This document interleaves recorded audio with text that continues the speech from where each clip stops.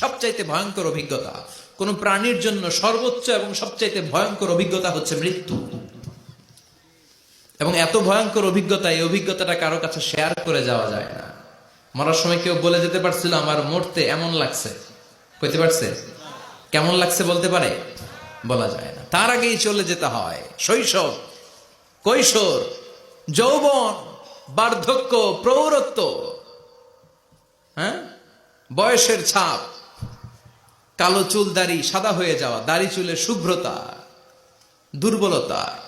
This is the circle of life. ছোট্ট ছিলাম, বড় হলাম, সিঙ্গেল ছিলাম, ডাবল হলাম, তারপরে বাবা হলাম, তারপরে শ্বশুর হলাম, তারপরে নানা হলাম, তারপরে চলে যেতে হবে। This is the circle of life.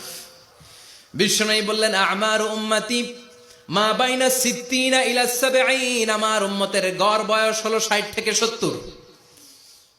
এই উম্মতের গড় বয়স কত? 60 থেকে 70। ওয়া আকাল্লুহুম মাইয়াজুজু জালিক, অল্প কিছু মানুষ আছে যারা 70-এর বেশি হায়াত পায়। এখানে 70-এর বেশি আছেন কারা? হাত তোলেন দেখি তো। কয়জন? একজন, দুইজন, তিনজন। মাশাআল্লাহ, আল্লাহ আরো হায়াত দেখ, আল্লাহ এদেরকে আরো হায়াত দারাজ করুক। চিল্লায় বলেন আমিন। তার মানে আমার উম্মতি মা বাইনা সিত্তিন ইলা সাবঈন, বিশ্বনবী বললেন এই উম্মতের গড় বয়স 60 থেকে 70, আর 70-এর বেশি হায়াত পাবে। ওয়া আকাল্লুহুম মাইয়াজুজু যালিক, 70-এর বেশি পাবে হাতে গোনা, গুনে বের করে ফেলা যায় একজন, দুইজন, তিনজন। বাকি সব 60-এর আগে নাই। ঠুস চিল্লা এখন ঠিক কিনা? বাংলাদেশের গড় হায়াত কত মানুষের? 60। বিশ্বনবীর কথার সাথে মিলে গেছে। চিল্লায় পড়েন সুবহানাল্লাহ। এই জন্য বিশ্বনবী বলেন এই যে মুরব্বীদের দাড়ি পাকে, এই যে রাস্তায় অ্যাক্সিডেন্ট হয়, এই যে ক্যান্সারে আক্রান্ত হয়ে লোকজন মারা যায়, তারপরেও কি টনক নড়ে না? এরপরেও কি বিবেকে ধরে না যে তোমাকে চলে যেতে হবে? আকসিরু যিকরা হাযিমিল লাযযাত, জীবনের সব স্বাদকে পানসা করে দেয় ওই মরণকে স্মরণ করো। মরণকে স্মরণ করলে জাহান্নাম বরণ করা লাগে না। চিল্লায় বলেন ঠিক কিনা?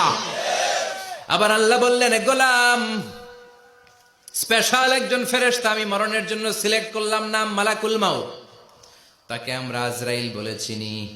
এই মালাকুল মাউত তার বাহিনী নিয়ে নির্ধারিত টাইমে গোটা বিশ্বের সব মানুষের রূহ কবজ করে।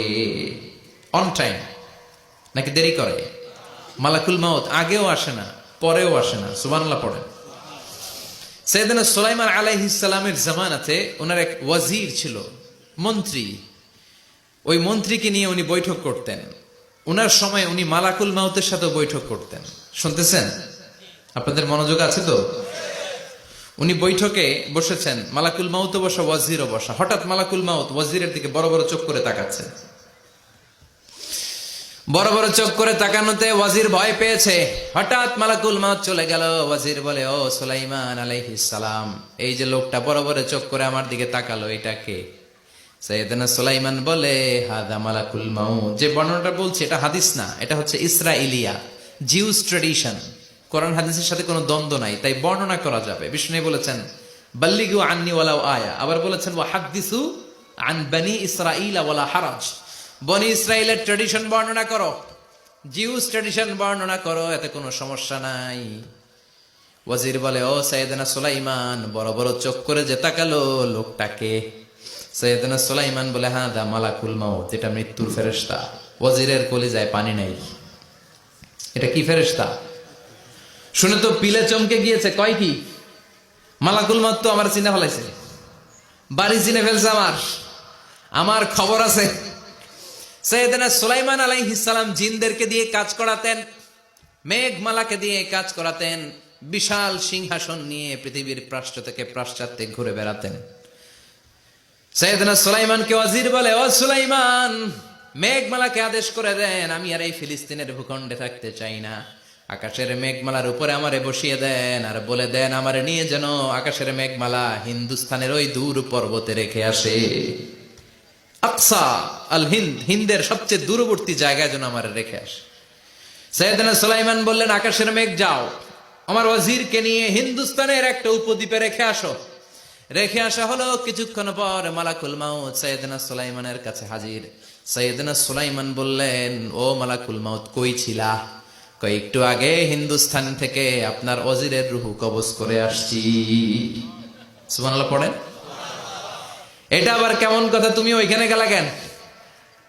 কয় রব্বুল আলামিন কিছুক্ষণ আগে আমার কাছে পায়গাম পাঠিয়েছে, যাও সাইয়েদনা সুলাইমানের ওয়াজিরের রুহুটা কবজ করো। কবজ করার জায়গা হলো হিন্দুস্তানের উপদ্বীপ। কোন জায়গায়? মালাকুল মাউত এসে দেখে সুলাইমান নবীর সাথে মিটিং করে। ওয়াজির কার সাথে মিটিং করে? সুলাইমান নবীর সাথে। কিন্তু ফরমানে লেখা রুহু কবজ করতে হবে কোথায়? হিন্দুস্তানে। সুবহানাল্লাহ কইবেন না? এই জন্য বড় বড় চোখ করে আমি তাকিয়েছি, আর মনে মনে ভাবলাম টাইম তো নাই, কারণ মৃত্যু তো অন টাইমে হতে হয়, এখনই ওর রুহু কবজ করতে হবে। কেমন করে ওইখানে যাবে আমি জানি না, আমি আগে চলে যাই।